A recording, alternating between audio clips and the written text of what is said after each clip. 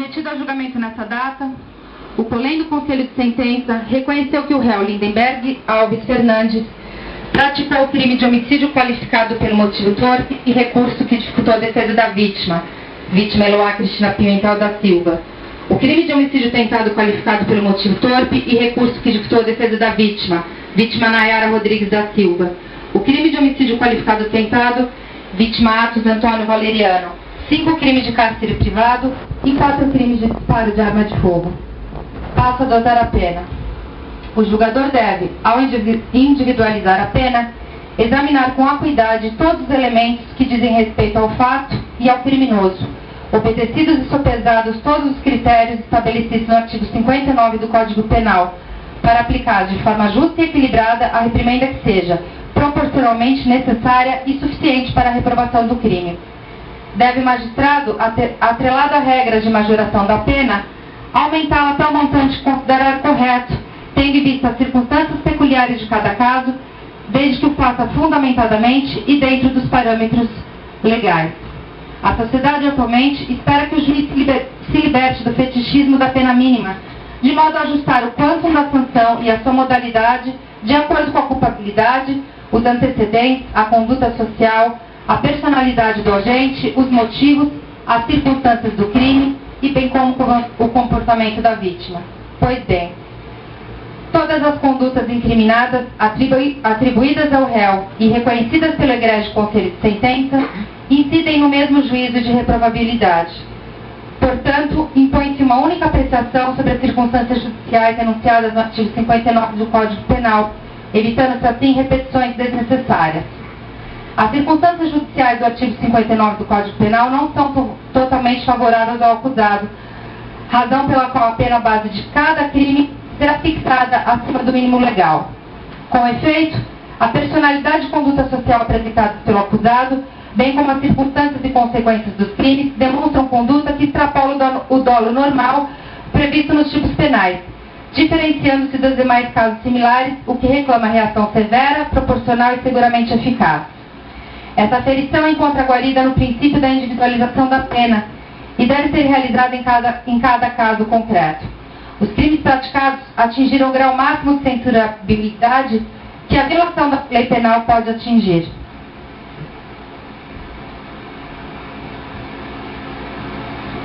Na hipótese vertente, as circunstâncias delineadas nos autos demonstram que o réu agiu com frieza, premeditadamente, em razão de orgulho e egoísmo, sob a premissa de que Eloá não poderia, por vontade própria, terminar o relacionamento amoroso.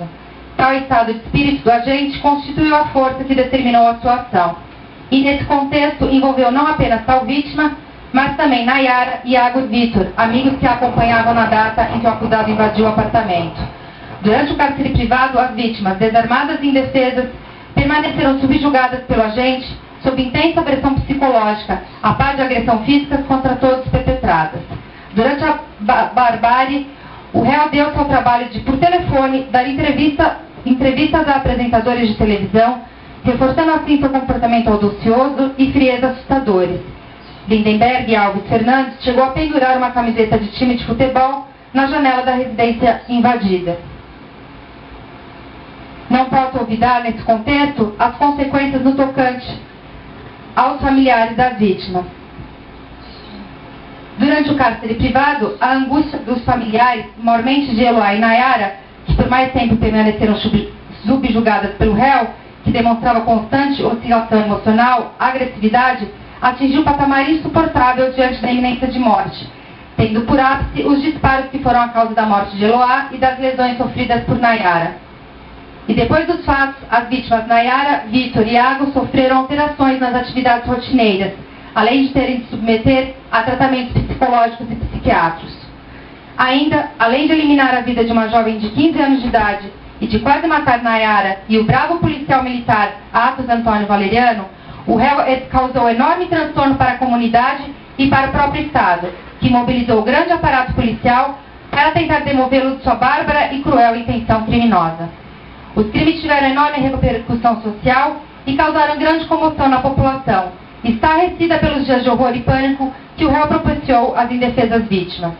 Em suma, a culpabilidade, a personalidade do réu seus egoísticos e objetos motivos, as circunstâncias e nefastas consequências do crime, impõe a essa julgadora, para a correta reprovação e prevenção de outros crimes, a fixação da pena, na primeira fase de aplicação, em seu patamar máximo, combinada para cada delito. Ou seja, 30 anos de reclusão para o crime de homicídio qualificado praticado contra Eloá, 30 anos de reclusão para o crime de tentativa de homicídio qualificado praticado contra Nayara, 30 anos para o crime de tentativa de homicídio perpetrado contra a vítima Atos, 5 anos de reclusão para cada crime de cárcere privado contra Iago, Vitor, Eloá e Nayara, por 2 vezes essa, e de 4 anos de reclusão e pagamento de 360 dias multa para cada crime de disparo de arma de fogo. Na segunda fase, não incidem agravantes. Presente atenuante da confissão espontânea em relação aos crimes de disparo de arma de fogo descritos nas 9ª e 10ª séries e cárcere privado da vítima Eloá, reduz as reprimendas em 1/6, o que perfaz 4 anos e 2 meses para o crime de cárcere privado e 3 anos e 4 meses de reclusão e 300 de multa para cada um dos crimes de disparo de arma de fogo. Não incidem causas de aumento de pena.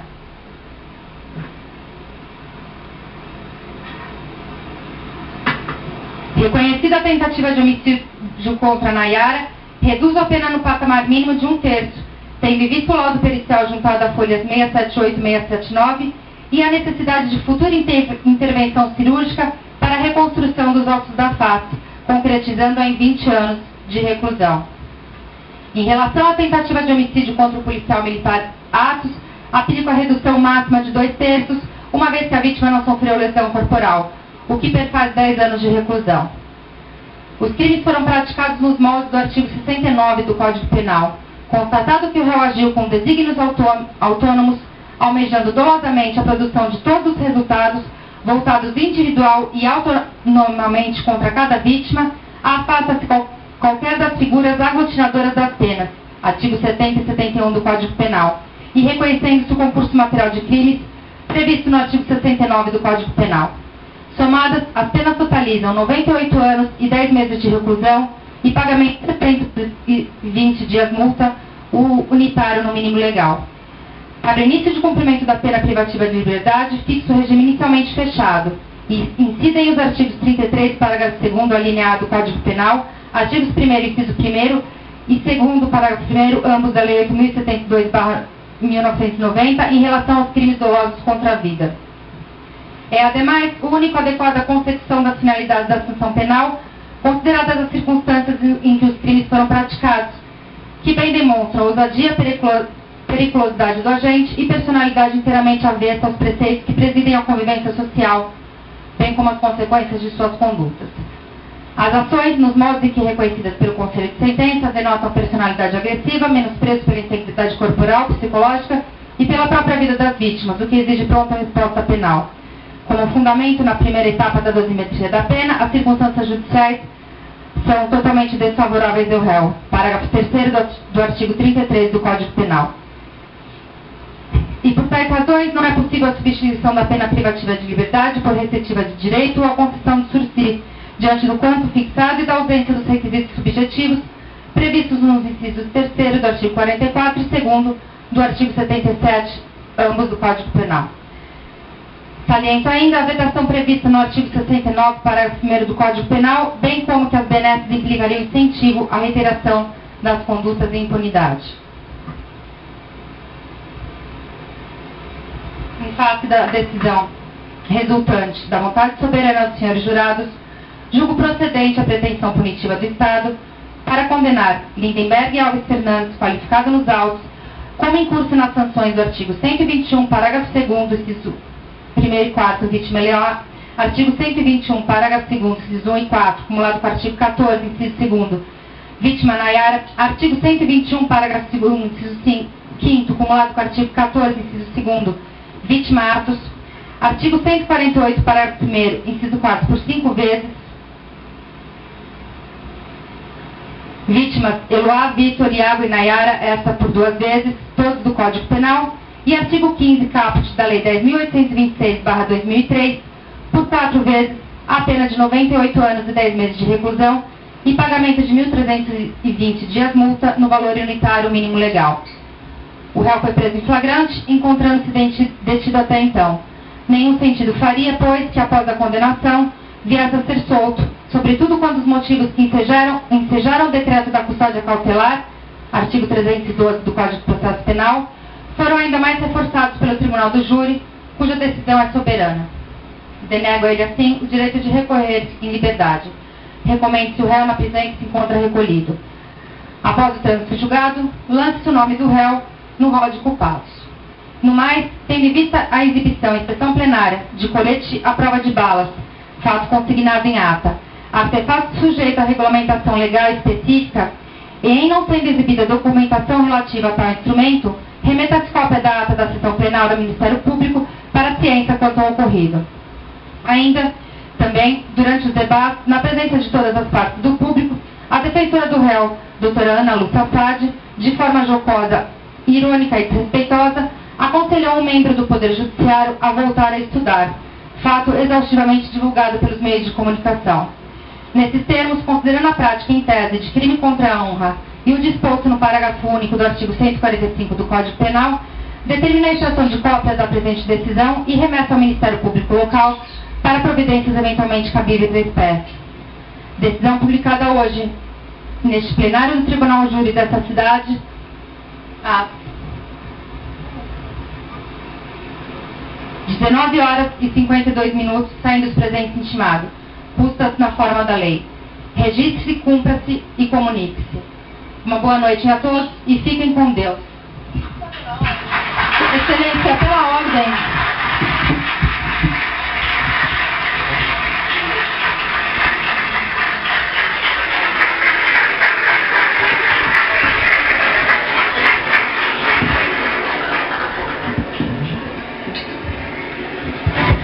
Considerando a confissão do acusado por ocasião de seu interrogatório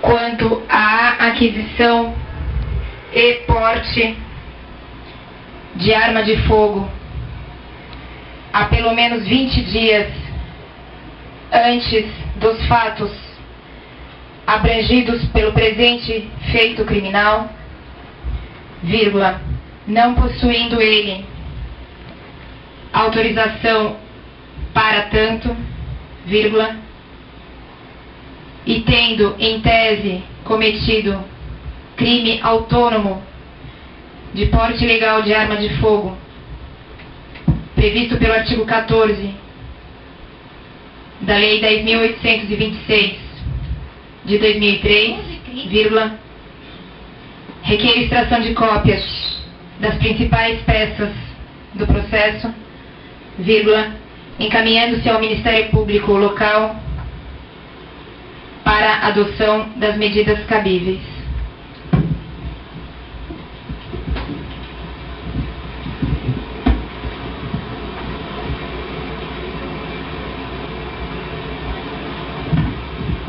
Defiro o requerido pelo Ministério Público.